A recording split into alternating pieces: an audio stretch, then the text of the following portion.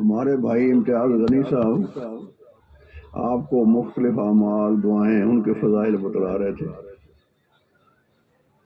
امام الانبیاء صلی اللہ علیہ وسلم اس امت کے لیے دونوں جہان کی کامیابیوں کا بندوبست کر کے گئے ہیں اللہ کے حکم سے۔ یہ دین اللہ نے دیا ہی ہے دونوں جہان میں کامیاب ہونے کے لیے۔ دین میرے دوست بزرگوں کوئی بوجھ تاوان جرمانہ نہیں ہے، یہ دین فطرت ہے، جو انسان کی فطرت ہے وہی ہمارا دین ہے۔ دین میں دونوں جہان کی کامیابی ہے، اور دین پر چلنے کے لیے صرف دو چیزوں کی ضرورت ہے، ایک دل اور ایک جسم۔ وہ اللہ جل شانہ نے ہر ایک کو دے رکھے ہیں۔ جسم ہر آدمی کا ہوتا ہے، امیر کا بھی، غریب کا بھی، پڑھے لکھے کا بھی، ان پڑھ کا بھی۔ بغیر جسم کے تو کوئی انسان نہیں ہوتا۔ ہاں یہ اور بات ہے کہ جسم میں کوئی نقص ہو، ٹانگ ایک ہو، ایک ہاتھ نہ ہو، سماعت کمزور ہو، بصارت کمزور ہو، بس جیسا کیسا بھی ہے جسم ضرور ہوگا۔ اور ایسے ہی دل بھی، وہ تو کوئی شاعر ہے جو اپنا نام بے دل رکھ لے، ورنہ دل تو ہوتا ہے۔ دل ہے اللہ کی محبت کے لیے، دل ہے اللہ کے یقین کے لیے، دل اللہ کا عرش ہے۔ اللہ انسانوں کے دلوں میں بستا ہے، یہ دل اللہ نے ہر انسان کو دیا ہے۔ اور دل میں یہ جذبہ ہو کہ میں اللہ کی مانوں گا تو اللہ میری مانے گا۔ ان تنصروا اللہ ینصرکم، سودا نقد ہے، کر کے دیکھ لو اللہ کے ساتھ معاملہ، اللہ تو بہت قدردان ہے۔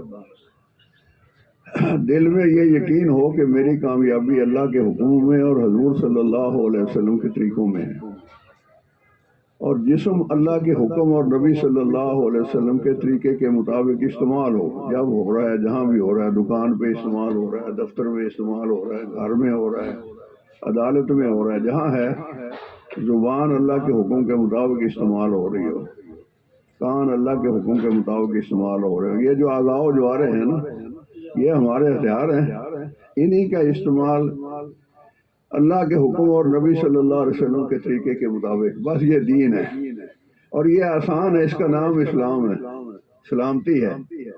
اس میں ساری خیریں ہی خیریں ہیں، اس میں کوئی مشقت یا کوئی تکلیف والی چیز ہے نہیں۔ اب مسئلہ یہ بنا ہے کہ دل اس یقین سے خالی ہو گئے، یا خالی نہیں بھی ہو گیا تو یقین کمزور ہو گیا۔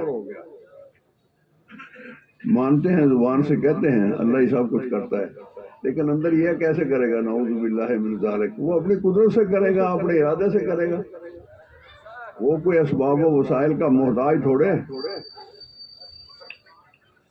تو اب وہ دین میرے دوست بزرگوں جس سے انسان کی دونوں جہان کی زندگی بنتی ہے، انفرادی طور پر بھی، اجتماعی طور پر بھی، سیاسی طور پر بھی، سماجی طور پر بھی، ہر لحاظ سے انسان معزز ہوتا ہے، عزت ملتی ہے، سکون پاتا ہے، کامیاب ہوتا ہے، دنیا بھی سنورتی بنتی ہے، آخرت بھی اللہ پاک بنا دیتے ہیں۔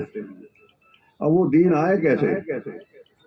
اب ہم دیکھ رہے ہیں کہ بھی نماز اللہ پاک کا بہت بڑا حکم ہے اور فرض ہے ہر عاقل اور بالغ پر، لیکن بے نمازیوں کی کثرت ہے، بے شمار مسلمان بے نمازی ہیں نا۔ مسلمان کیا وجہ ہے، کیوں نہیں پڑھتے؟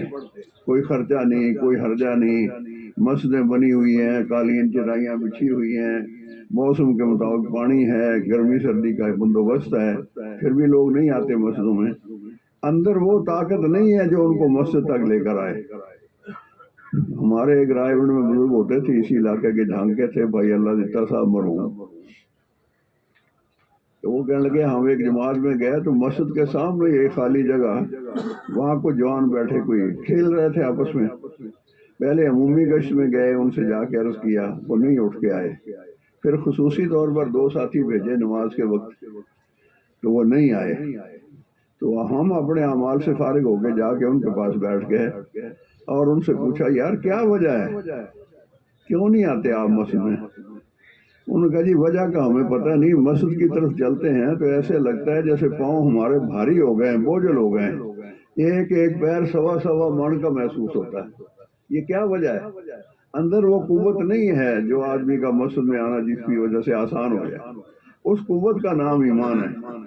مفتی صاحب رحمۃ اللہ علیہ ایک مثال دیا کرتے تھے کہ گاڑی تو ہے نئی، پیٹرول نہیں ہے، کہتے ہیں دھکے سے سٹارٹ ہوگی. اس نے کہا ساری دنیا بھی لگائے دھکا تو یہ سٹارٹ تو نہیں ہوگی, رڑتی تو جائے گی دھکے سے, کیونکہ پیٹرول نہیں ہے. کہتے ہیں جی مفتی صاحب پیٹرول تو بہت ہے, پیٹرول پمپ بھرے ہوئے ہیں. بھی پیٹرول پمپوں کے اندر جو پیٹرول ہے وہ آپ کی گاڑی میں آئے گا تو یہ چلے گی. پیٹرول پمپوں کے اندر ہونے سے اب علماء کے اندر, پیروں کے اندر, نیک لوگوں کے اندر ایمان ہے تو ان کے ایمان سے تو ان کا فائدہ ہوگا, تمہارا تو تمہارے اندر کے ایمان سے فائدہ ہوگا. اچھا ایک بہت عقل مند بنا, اس نے کہا جی میں نے تو جناب 2 گیلن بھروا کے گاڑی میں رکھ لیے ہیں ٹینکی میں, پیچھے ڈگی میں, ٹینکی میں نہیں. تو کہتے ہیں ڈگی میں رکھنے والے سے نہیں چلے گا, یہ ٹینکی میں جو جائے گا انجن کے ساتھ جس کا تعلق بنے گا اس سے یہ گاڑی چلے گی. تو دین پر چلنا آسان ہو جائے اس کے لیے خلاصے کے طور پر آپ سارے بھائی جانتے ہیں کہ تبلیغ میں 6 باتیں مولانا محمد الیاس صاحب رحمۃ اللہ علیہ نے شروع میں, پہلے کوئی زیادہ تھی پھر وقت کے ساتھ ساتھ ہونے کا بھی اس کو کم کرو. تو اس میں پہلی بات یہ ایمان کی رکھی. آدمی اسلام پر چلے گا بقدر ایمان. اسلام اور چیز ہے, ایمان اور چیز ہے. ایمان تو ایک روحانی طاقت ہے, وہ اندر ہوگی تو اسلام پر چلے گا. ہمارے ہاں ایک بزرگ ہوتے تھے مظفر گڑھ میں, حاجی امیر اکبر دستی صاحب, بڑے اللہ والے آدمی تھے, زمیندار آدمی تھے. کہتے میں گیا اپنے کھیتوں میں ایسے کام دیکھنے کے لیے, تو مزارہ جو ہے وہ ہل چلا رہا تھا کھیتوں میں نا, بیلوں کے پیچھے جو ہل چلتے تھے پہلے. تو مجھے دیکھ کے اس نے بیل کھڑے کیے اور آ گیا اور سلام کیا اور مصافحہ کیا. تو میں نے اس کا ہاتھ نہیں چھوڑا اور میں نے کہا اللہ دیتا حال سنا, حال چلانا آسان ہے, نماز پڑھنا آسان ہے. حال چلانا بہت مشکل ہے, آپ میں تو کسی نے چلایا نہیں ہوگا, شاید دیکھا بھی نہ ہو چلتا ہو. سارا دن کھیت میں پھرتے رہنا بیلوں کے پیچھے مشکل کام ہے. تو اللہ دیتا کہتا ہے سائیں حال چلاؤں آسان ہے.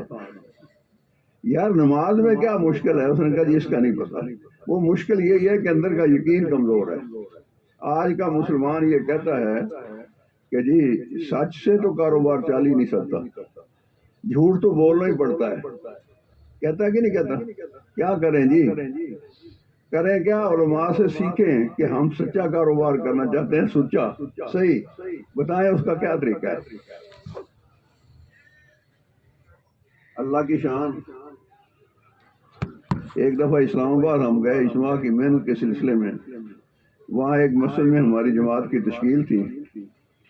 وہاں سے 2 ساتھی کسی کی ملاقات کے لیے گئے شام کو نا, وہاں انہیں دیر ہو گئی. تو واپسی پر وہ آئے 11 بجے کے قریب رات کو ٹیکسی لے کے. تو میں اپنا بستر بچھانے لگا تھا کہ ان کی آواز آئی کہ جی ابھی بستر نہ بچھانا, یہ بھائی آیا ٹیکسی ڈرائیور, اس سے ذرا تھوڑی سی آپ بات کر لیں. وہ بات کرتے ہوئے آئے تھے راستے میں.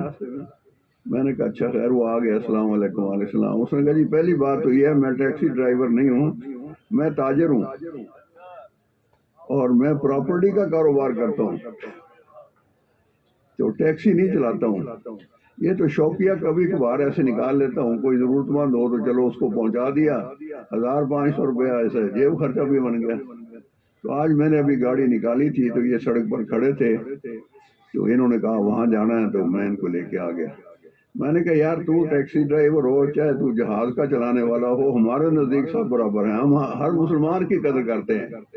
ٹیکسی ڈرائیور ہمارے نزدیک کوئی چھوٹا آدمی نہیں ہے اور جہاز چلانے والا کوئی بڑا آدمی نہیں. اسلام میں ان چیزوں کا کوئی فرق ہے ہی نہیں کہ کون کیا ہے. آدمی ہے, اولاد آدم ہے, حضور کا امتی ہے, مسلمان ہے, قابل قدر ہے. پھر اس نے کہا جی آپ اپنی بات کرنے سے پہلے میری بات سنیں. میں نے کبھی سنا, کسی کو اپنی سنانی ہو تو اس کی بھی تو سننی پڑتی ہے نا. اب اس نے اپنی سنائی, جی میں نماز نہیں پڑھتا, میں روزہ نہیں رکھتا, میں مسجد نہیں جاتا, میں جھوٹ بولتا ہوں, میں سارے گناہ کرتا ہوں, کاروبار میرا پراپرٹی کا ہے. کبھی ہم بادشاہ ہوتے ہیں, کبھی فقیر ہوتے ہیں.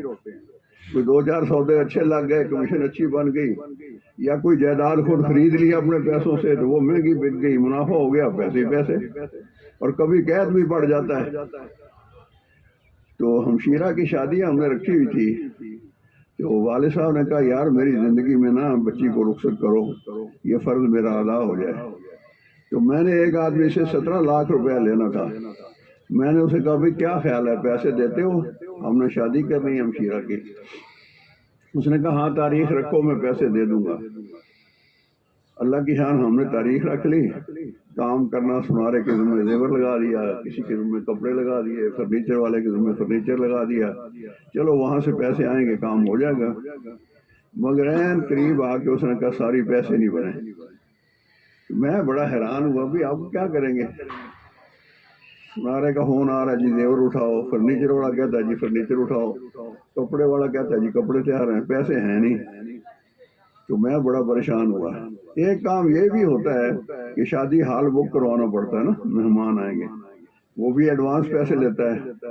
تو میں نے کہا پہلا کام تو چلو یہ تو کرنا چاہیے، اب اس کو ایڈوانس کہاں سے دوں گا؟ تو میں فراڈیا ہوں، وہ کہہ رہا میں فراڈیا ہوں، جھوٹ بولتا ہوں۔ تو میں نے یہی سوچا چلو وہاں جا کے بھی اپنی ایکٹنگ کریں گے۔ تو میں گیا، میں نے کہا فلاں تاریخ کو شادی ہے، ایسا حال، اتنے آدمیوں کو حال ہمیں چاہیے۔ تو اس نے بک کیا، میرا نام شام لکھ لیا۔ پھر میں نے جیب میں ہاتھ ڈالا، وہ کہیں بھی پیسے نکال کے مجھے دے رہا، تو میں وہ تو گر گیا، یا بڑوا تو گھر ہی رہ گیا، نہیں دینے تھے نا۔ تو کہنے لگا، اس نے کہا جیب میں ہاتھ نہ ڈالیں، پیسے لینے کا مالکوں نے مجھے اختیار نہیں دیا، پیسے مالک خود لیں گے، بعد میں آ کے آپ جمع کرا دینا، کنفرم ہو جائے گا۔ چلو وہ تو کام ہو گیا۔ سنارے کا ٹیلی فون وہاں آ گیا مجھے کہ جی اپنے زیور اٹھاؤ۔ میں نے کہا بھی زیور ابھی نہیں اٹھانے، ایسا ہی ایک سیٹ اور بھی بنوانا ہے۔ اس نے کہا جی 10 سیٹ آپ بنواؤ، لیکن یہ پہلا تو اٹھاؤ، ہماری رقم بلاک ہوئی پڑی ہے۔ اب مجھے کوئی بات آتی نہیں تھی، اس نے کہا تم مجھے پریشان لگ رہے ہو، مجھے صحیح صحیح بات بتاؤ۔ میں نے کہا اچھا، میں اس کے پاس چلا گیا، میں نے کہا یار صحیح صحیح بات یہ ہے، اس کو صحیح صحیح میں نے بتا دی، زندگی میں پہلی دفعہ سچ بولا اس کے سامنے۔ تو وہ کہنے لگا کسی سے قرض لے لو۔ میں نے کہا میرے جیسے آدمی کو قرض بھی کوئی نہیں دیتا، قرض کے لیے تو ایک ساکھ چاہیے نا، جس کی ساکھ نہ ہو اس کو قرض کون دیتا ہے؟ تو کہنے لگا اچھا کسی ایسے ادارے سے جو انسانوں کی فلاح کے لیے، بہبود کے لیے کام کرتے ہیں، مدد لے لو۔ میں نے کہا ایسے کسی ادارے سے میری واقفیت نہیں۔ تو کہنے لگا ہاں ایک ہے، وہ دے دے گا تمہیں، میں جانتا ہوں، تمہارے ذہن میں نہیں آ رہا۔ میں نے کہا وہ کون ہے؟ کہ میں تمہارے ساتھ چلوں گا، اس کو درخواست کریں گے، تمہارے سارے کام کر دے گا۔ تو مجھے کچھ حوصلہ ہوا کہ یار وہ کون ہے جس کو میں نہیں جانتا اور یہ جانتا ہے اور اتنے حوصلے سے یہ کہہ رہا ہے۔ کہتے وہ مجھے لے کے چلا گیا مسجد میں، وہاں ہم نے پڑھی عصر کی نماز، اس دن میں نے بھی پڑھ لی ان کے ساتھ۔ اس کے بعد وہ کتاب لے کے بیٹھ گیا، یہ فضائل اعمال، اس نے تعلیم کروائی وہاں سنارے نے نا۔ اور کافی لوگ اس کے پاس بیٹھے، بڑا عزت والا وہ آدمی تھا، مصافحہ کر رہے تھے، ادب سے مل رہے تھے۔ جب سارے لوگ چلے گئے تو میں نے اسے کہا ہاں جی چلیں؟ اس نے کہا کہاں چلیں؟ میں نے کہا وہ جہاں آپ کہہ رہے تھے۔ اس نے کہا یہیں لانا تھا، یہیں سے کام بنتے ہیں، یہ یقین چاہیے کہ کام یہاں سے بنیں گے۔ صحت ہسپتال سے نہیں ملے گی، دوائی سے نہیں ملے گی، ڈاکٹر سے نہیں ملے گی، اللہ پاک کے ہاں سے ملے گی، اور مانگنے سے ملے گی۔ عزت اللہ پاک کے ہاں سے ملے گی، اور حضور صلی اللہ علیہ وسلم والے اعمال کی برکت سے ملے گی۔ اب میں حیران کہ مسجد میں لے آیا ہے، مسجد والے تو چندہ لیتے ہیں، یہ دیتے کیا ہے؟ مجھے کون اتنے لاکھ روپے مسجد سے کہاں مصلے کے نیچے سے نکلیں گے؟ اب اس اللہ کے بندے نے دعا کے لیے ہاتھ اٹھائے، یا اللہ یہ تیرا بندہ ہے، تو نے اس کو پیدا کیا ہے، مشکل میں یہ آ گیا ہے اور راستہ بھولا ہوا ہے، اے اللہ اس کو سیدھے راستے پہ ڈال دے، اس کے کام بنا دے۔ اب یہ وعدہ کر چکا ہے سنارے سے بھی، کپڑوں والے سے بھی، فرنیچر والے سے بھی، جو حال میں نے دیا تھا حال بھی بک کرا کے آیا ہے، ان کے بھی پیسے دینے ہیں، پیسے اس کے پاس ہے نہیں۔ اے اللہ تو پیسوں کا محتاج تو نہیں ہے، تو قدرت والا ہے کام بنانے کے لیے، تجھے کیا لگتا ہے؟ اچھا میں یہ سوچ رہا تھا بھی دعا تو کرا رہا ہے، یوں نہیں کہتا کہ زیور تو لے جا اٹھا کے، پیسے پھر دے دینا۔ آگے اللہ میاں کی منتیں کر رہا ہے، کہتا جی دعا مانگتے مانگتے وہ رویا، اور اس کے رونے سے میرے بھی آنسو نکلے، اور جب میرے آنسو نکلے تو میرے دل کا بوجھ ہلکا ہو گیا، ایسے لگے جیسے کام ہو گیا۔ دعا مانگی اور اس نے کہا آؤ چلیں۔ میں نے کہا آپ کہاں جانا ہے؟ اس نے کہا تم جاؤ اپنے گھر، میں جاتا ہوں اپنے گھر۔ ہم نے درخواست دے دی ہے، اب وہ بادشاہوں کا بادشاہ ہے، آج قبول کرے، کل کرے، پرسوں کرے، مرضی اس کی، بل کام اب ہو جائے گا، تو یہ یقین کر کے کام تیرا ہو جائے گا۔ کہنے لگا میں چل پڑا، چلو اچھا بھائی اب کیا کریں؟ تو راستے میں ایک دوست کا ٹیلی فون آیا کہ یار میں تیرے گھر آیا تھا، مجھے پتا چلا کہ تو نے ہمشیرہ کی شادی رکھی ہے اور آج کل تمہارا ہاتھ تنگ ہے، مندے میں تم رکھ لیا تھی، تو میرے پاس 5 لاکھ روپیہ تھا، میں لے آیا تھا، تم ملے نہیں، میں تمہارے ابا کو دے آیا ہوں، تو شادی پہ استعمال کر لو، کوئی بات نہیں، پھر آ جائیں گے، ہم بھائی ہیں۔ تو مجھے کچھ تسلی ہوگی بھی پہلی قسط تو آ گئی، بغیر مانگے قرض ایک دوست ایسے آ کے گھر دے گیا۔ خیر اللہ کی شان، گھر آ گیا، والد صاحب نے کہا تیرا کوئی فلاں دوست آیا تھا، وہ یہ پیسے دے گیا۔ میں نے کہا ہاں جی، اس کا ٹیلی فون بھی آیا تھا۔ چلو اچھی بات ہے۔ کہنے لگے عشاء کی نماز کے وقت وہ سنارا میرے گھر آیا اور ایک سیٹ کی بجائے 2 سیٹ اٹھا کے لایا کہ اللہ کی شان تم کہتے تھے 2 بنوانے، 2 بنے بڑے تھے ہمارے پاس، یہ لے لو تم، جب پیسے ہوں دے دینا، نہ ہو تو نہ دینا۔ اتنے اللہ کے تعلق والا بندہ جو اللہ سے منگواتا ہے لوگوں کو بھی، تو خود کتنا مانگتا ہوگا اور اللہ نے کتنا اس کو دیا ہوگا۔ کہتے ہیں جی بڑا میرا حوصلہ بڑا ہے۔